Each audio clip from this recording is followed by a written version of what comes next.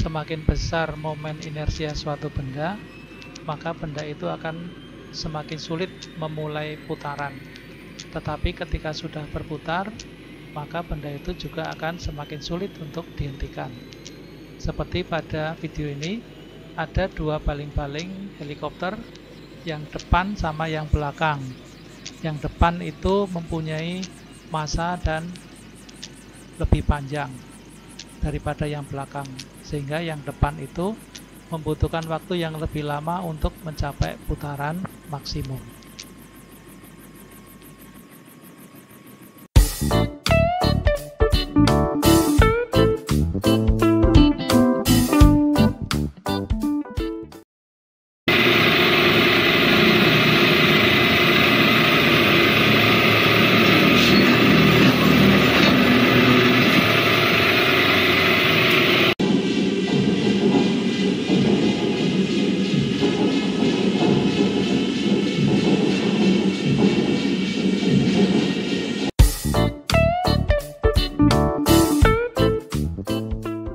Assalamualaikum warahmatullahi wabarakatuh. Untuk menjaga kestabilan mesin penggerak dalam industri, sering digunakan roda yang terbuat dari besi yang punya massa besar dan berdiameter besar. Diharapkan dengan massa yang besar ini, roda tersebut memiliki kelembaman yang besar, sehingga gerak mesin menjadi stabil. Karena dengan adanya kelembaman yang besar ini, mesin tidak mudah berhenti, tetapi juga tidak mudah untuk digerakkan. Bagaimana kita menghitung besar kelembaman pada benda yang berotasi? Faktor apa saja yang mempengaruhi kelembaman dari suatu benda? Silakan simak video ini sampai selesai.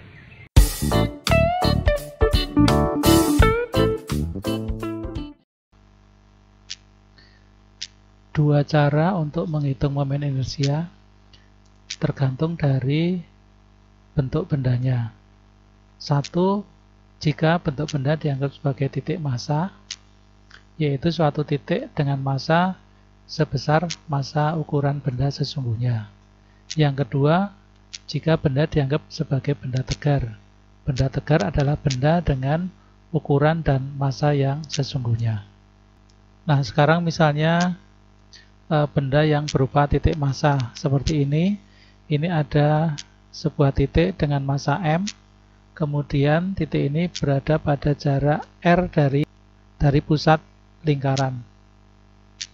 Ketika massanya ini berputar, maka di situ akan muncul momen inersianya. Nah, berapa besarnya momen inersianya? Itu sebesar M kali R kuadrat. Jadi massa dikalikan dengan jari-jarinya dikuadratkan.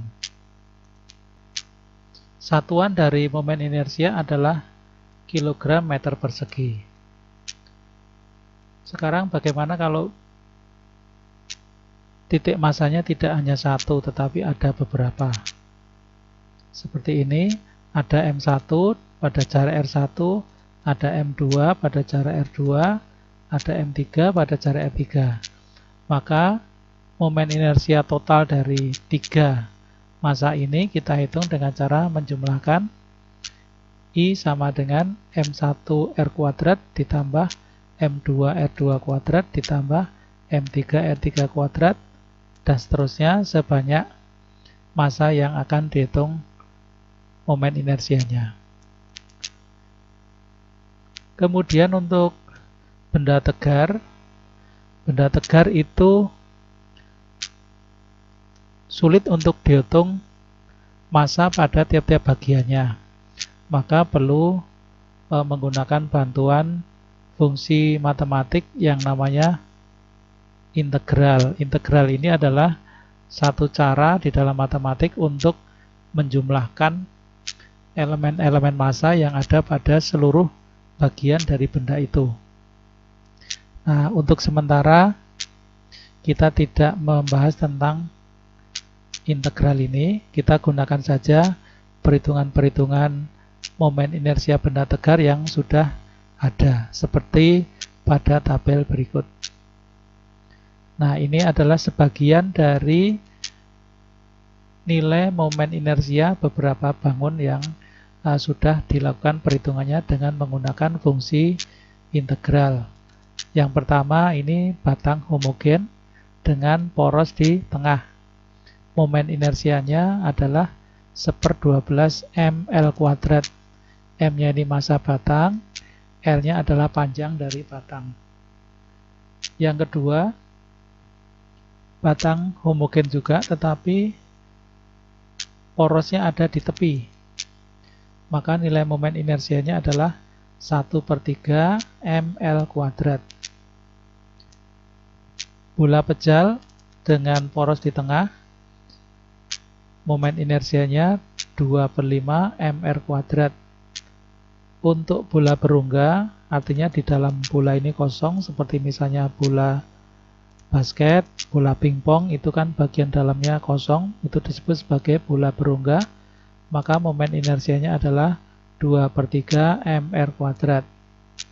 Untuk silinder ada dua macam, ada silinder pejal dan silinder tipis. Untuk silinder pejal, momen inersianya adalah 1/2 mr kuadrat, sedangkan untuk silinder tipis, momen inersianya adalah mr kuadrat. Nah, contoh soal seperti ini.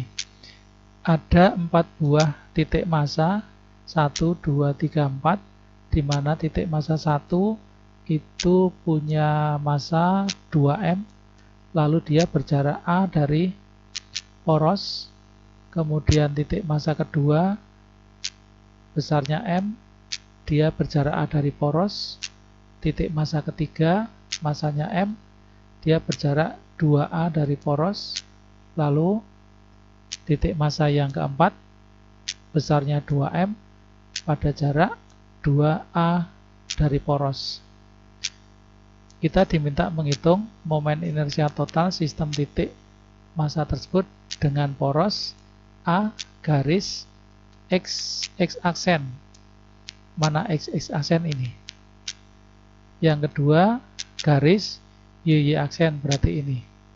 Nah, ketika porosnya adalah X aksen, maka ketika sistem ini berputar dengan poros X aksen, yang berputar adalah titik massa kedua dan titik massa keempat. Sedangkan titik massa 1 dan 3 ini karena tepat pada poros, dia tidak memiliki momen inersia. Sebaliknya ketika sumbunya adalah Y aksen, maka yang berputar adalah titik massa 1 dan titik massa ke-3. Sedangkan 2 dan 4 karena berada pada poros, dia tidak punya momen inersia. Nah, sekarang kita akan coba berapa momen inersia total ketika sistem itu berputar dengan pada poros X aksen, maka titik massa yang berputar adalah titik massa yang kedua dan keempat. Sehingga dalam perhitungannya yang kita hitung adalah I2 dan I4 saja. I2 massanya 2, jaraknya adalah A. Ditulis M kali A kuadrat. Kemudian titik massa yang keempat, massanya 2M, jaraknya adalah 2A. Maka ditulis 2M kali dalam kurung 2A kuadrat. Lalu kita buka kurungnya, kita lakukan perhitungan penjumlahan, kita peroleh momen inersia totalnya adalah 9MA kuadrat. Ini adalah momen inersia sistem ini ketika diputar dengan poros sumbu X aksen.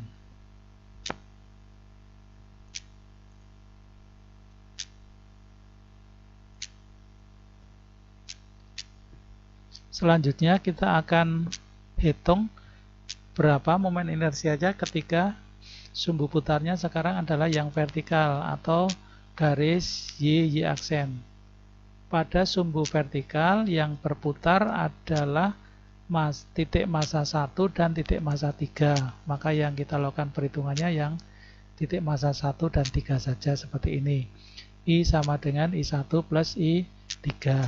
I1-nya adalah 2M, massanya, jaraknya A, kemudian massa ketiga masanya M, jaraknya 2A. Kita tulis M kali 2A kuadrat. Maka hasilnya dalam perhitungan adalah I sama dengan 6MA kuadrat. Jadi ini adalah momen inersia total ketika porosnya adalah sumbu Y aksen.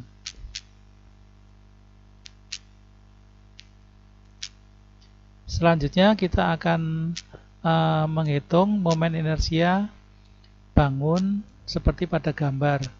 Jadi ini ada gambar bola basket yang diputar dengan poros di tengah-tengah bola ini. Bola ini punya diameter 24 cm, massa bola adalah 0,6 kg, porosnya di tengah-tengah. Nah, bola basket itu dianggap sebagai bola berungga.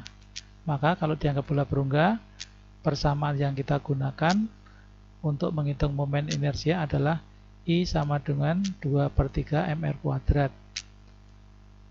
Masanya kita masukkan 0,6 kg dan diameternya 24 cm, tapi kita jadikan meter.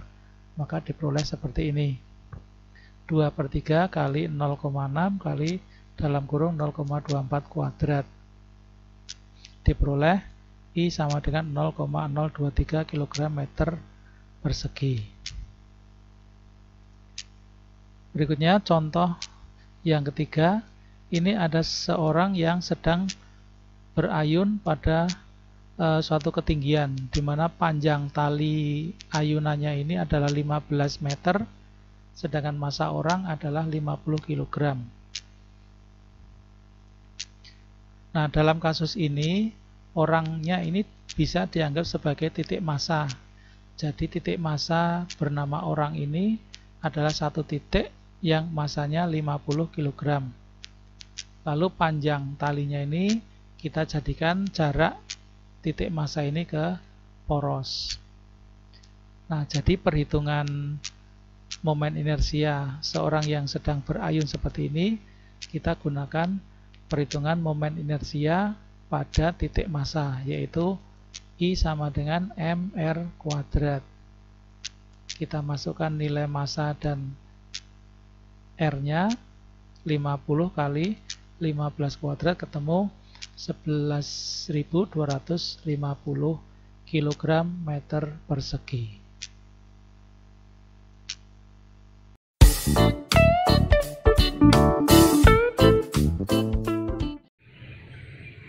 Dengan mengubah jarak pusat massa dari poros, maka kelembaman dari suatu benda ketika dia berotasi itu akan berubah pula ukurannya. Demikian pula kalau posisi dari porosnya diubah, maka kelembaman rotasi juga akan berubah.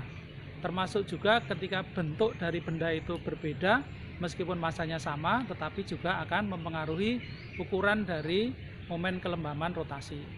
Semakin besar nilai kelembaman rotasi, maka benda itu akan semakin sulit untuk berputar, tetapi ketika dia sudah berputar, maka dia akan semakin sulit pula untuk dihentikan. Terima kasih telah menyaksikan video ini, semoga bermanfaat. Sampai bertemu di video-video berikutnya. Assalamualaikum warahmatullahi wabarakatuh.